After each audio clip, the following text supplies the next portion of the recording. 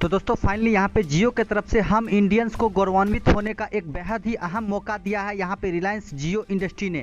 दोस्तों बात कर लेते हैं कि गलवान घाटी में जो हिंसा चल रहा है, हिंसा झड़प चल रही है चीन और इंडिया के बीच में, तो इन सब के बीच यहाँ पे आपको पता था कि 20 इंडियन जवान जो है वो शहीद हो चुके थे। तो दोस्तों यहाँ पे अभी एक बहुत बड़ा अपडेट आया है जियो कंपनी को लेकर। अमेरिका ने बनाया है जियो को हथियार, यानी कि चीन के ऊपर, ठीक है। तो पूरा अपडेट मैं आपको एशियंट न्यूज़ के हवाले से बता रहा हूँ।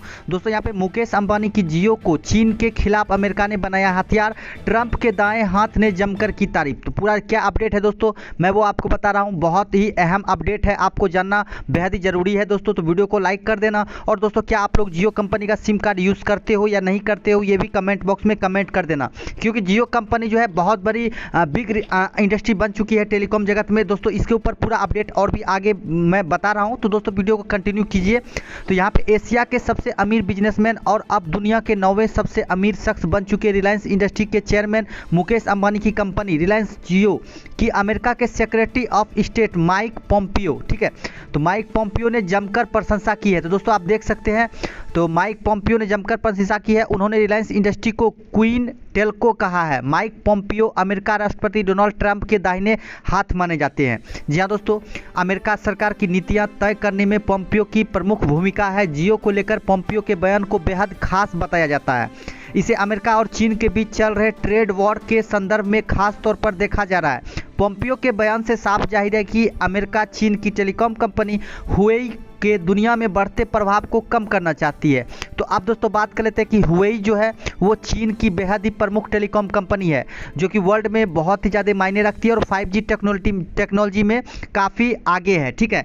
तो इसी का कद छोटा करने के लिए रिलायंस जियो जो कि 4G टेक्नोलॉजी से स्टार्ट किया था, तो यहाँ पे वर्ल्ड जो है, यहाँ पे अब अमेरिका जो है इसे जो है पूरे वर्ल्ड में जो है इसे आगे बढ़ाना चाहती है, ठीक है। यानी कि टक्कर देने में अब जियो को ही उनका हथियार मान रही है कि चीन को टक्कर दे सकती है टेलीकॉम कंपनी को।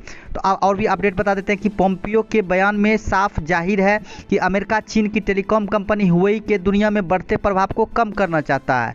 मुकेश अंबानी की रिलायंस इंडस्ट्री को, रिलायंस जियो को इसका फ़ायदा मिल सकता है। गौरतलब है कि जियो के 5G टेक्नोलॉजी को शुरू करने के लिए टेस्टिंग की प्रोसेस शुरू कर दिया गया है।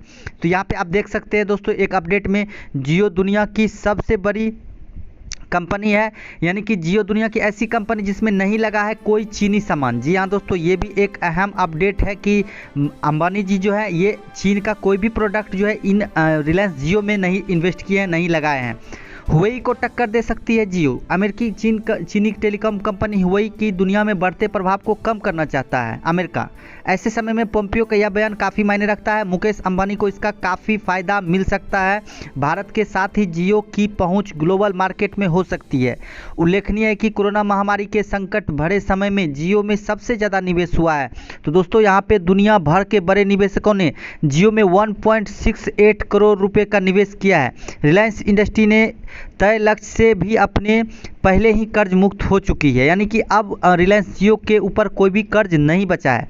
अमेरिका ने हुवेई पर लगाया जासूसी का आरोप। दोस्तों आपको पता है कि हुवेई और जेटी टेलीकॉम कंपनी ने तैयार करने वाली प्रमुख चीनी कंपनियां हैं जिनका कारोबार दुनिया के कई बड़े देशों में फैला हुआ है।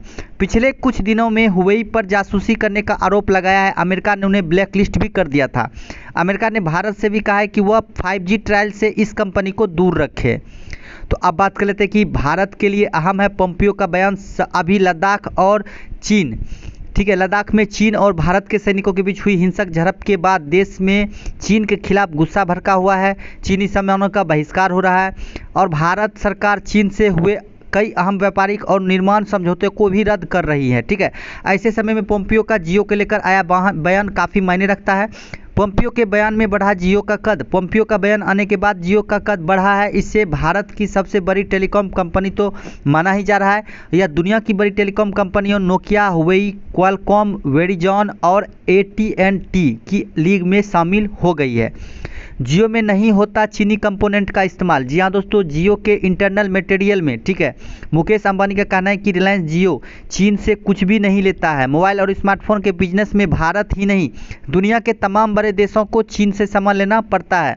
लेकिन अंबानी ने दावा किया है कि उन्होंने जियो में कोई भी कंपोनेंट चीन से नहीं लिया है। कम हो रहा है हुवेई का असर। पोम्पियो ने कहा कि हुवेई पूरी दुनिया के टेलीकॉम ऑपरेटर्स के साथ मिलकर काम करता है, लेकिन अब उसका प्रभाव कम हो रहा है। कंपनियां 5G नेटवर्क की शुरुआत करने के लिए सिर्फ विश्वसनीय कंपनियों की सर्विस ले रही है। उन्होंने इस संदर्भ में चेक रिपब्लिक, डेनमार्क, स्वीडन और कुछ देशों का उदाहरण दिया है। ठीक है।